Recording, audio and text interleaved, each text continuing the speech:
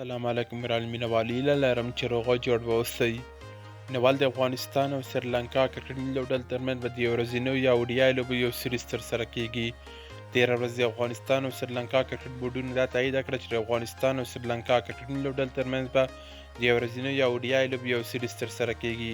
د په دغه ویډیو کې مینوال تاسو ته پوره معلومات درکوم چې دغه سیریز به چیرې ترسره کیږي، په دغه سیریز کې به څو لوبې وي او دغه سیریز د تاریخ په هکله معلومات درکوم چې دغه لوبې به څه وخت ترسره کیږي.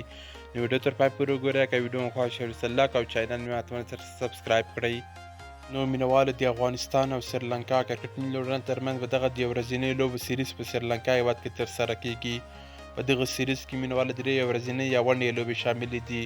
دغه سیریز به مینوالو په راتلونکي جون میاشت کې ترسره کیږي چې لومړۍ لوبه به د جون میاشتې په 2مه نیټه، دویمه لوبه بیا ګران مینوال د جون میاشتې په 4مه نیټه او د دغه سیریز وروستۍ لوبه بیا ګران مینوال د جون میاشتې په 9مه نیټه ترسره کیږي.